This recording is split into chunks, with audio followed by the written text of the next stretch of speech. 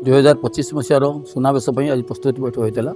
ଆଉ ଆମର ଉପଜିଲ୍ଲାପାଳ ପାର୍ଟିରୁ ଆସି ଅଧ୍ୟକ୍ଷତା କରିଥିଲେ ଏବଂ ଏଥିରେ ଏ ଅଞ୍ଚଳର ସମସ୍ତ ରାଜନେତା ଏବଂ ବୁଦ୍ଧିଜୀବୀ ଏବଂ ମନ୍ଦିର ସେବାୟତ ପ୍ରଶାସନିକ ଅଧିକାରୀମାନେ ସମସ୍ତେ ଉପସ୍ଥିତ ଥିଲେ ଏବଂ ଯେପରି ବିଗତ ବର୍ଷ ଭଳି ଏବର୍ଷ ମଧ୍ୟ ସୁନାବେଶ ଅନୁଷ୍ଠିତ ହେବ ଏବଂ କେମିତି ସୁଚାରୁରୂପେ ହୋଇପାରିବ ସେଥିପାଇଁ ଉପଜିଲ୍ଲାପାଳ ସମସ୍ତ ବିଭାଗୀୟ ଅଧିକାରୀମାନଙ୍କୁ ଏବଂ ସେବାୟତ ପୂଜକମାନଙ୍କୁ ମଧ୍ୟ ଅନୁଗ୍ରହ କଲେ ଏବଂ ଆମେ ମଧ୍ୟ ଚାହୁଁଛୁ ଯେପରି ଅନ୍ୟ ବର୍ଷ ଅପେକ୍ଷା ଏବର୍ଷ ଭଲରେ ମାଆଙ୍କ ବେଶ ହୋଇପାରିବ ଏବଂ ଭକ୍ତମାନେ ଆସି ମାଆଙ୍କୁ ଦର୍ଶନ କରିବେ ଏବଂ ଆଶୀର୍ବାଦ ନେଇକି ଯିବେ ଏବଂ ପବିତ୍ର କାର୍ତ୍ତିକ ପୂର୍ଣ୍ଣିମା ଭଳିଆ ଦିନରେ ସମସ୍ତ ଭକ୍ତଙ୍କୁ ମୋର ଅନୁରୋଧ ସମସ୍ତେ ଆସି ମାଆଙ୍କୁ ଦର୍ଶନ କରନ୍ତୁ ଏବଂ ମାଆଙ୍କ ଠାରୁ ଆଶୀର୍ବାଦ ନିଅନ୍ତୁ।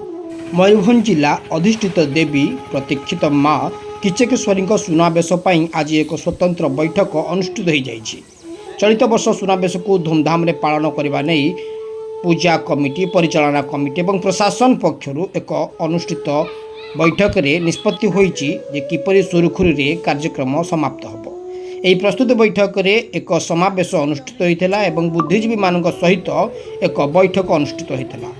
କରଞ୍ଜିଆରୁ ସୁମନ୍ତଙ୍କ ରିପୋର୍ଟ, ଓମ୍ ଟିଭି। ଆଜି ସବୁ କଲେକ୍ଟର ଆମର ପାନପିଟ ଆଉ ଆମର ଏଠି ନେତୃବୃନ୍ଦ ସବୁ ଆସିକରି ମିଟିଂରେ ସବୁ ଉପସ୍ଥିତ ଥିଲେ। ସବୁ ଆଲୋଚନା ହେଲା ସୁରକ୍ଷା ଦୃଷ୍ଟିରୁ ଆମର ଟ୍ରାଫିକ, ମୁଖ୍ୟତଃ ଟ୍ରାଫିକଟା ଆମେ ଦେଖିବୁ।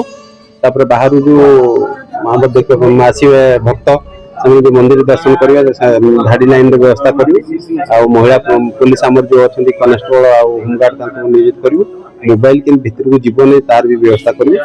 ସମସ୍ତେ ଯେମିତି ଶାନ୍ତି ଶୃଙ୍ଖଳା ସହିତ ଦର୍ଶନ କରି ମାଆଙ୍କର ସୁନାବେଶ ଦର୍ଶନ କରିକି ଫେରିବେ ତାର ସୁବ୍ୟବସ୍ଥା ପାଇଁ ଆଜି ପ୍ରସ୍ତୁତି ବୈଠକ ହେଇଥିଲା। ସେଇଟା ଆମେ ଠିକ ସେଦିନ କାର୍ଯ୍ୟକାରୀ କରିବୁ। ସକାଳୁ ଆମେ ଆରମ୍ଭ କରିବୁ।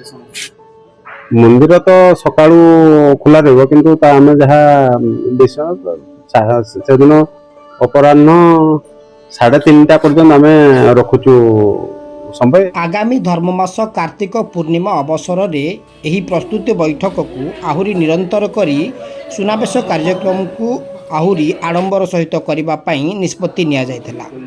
ଏଥିରେ ପ୍ରଶାସନର ସମସ୍ତ ପ୍ରକାର ସହଯୋଗ ରହିବା ସହିତ ସ୍ଥାନୀୟ ଲୋକ ଏବଂ ପରିଚାଳନା କମିଟି ମଧ୍ୟ ସହଯୋଗ କରିବ ବୋଲି ନିଷ୍ପତ୍ତି ହୋଇଛି।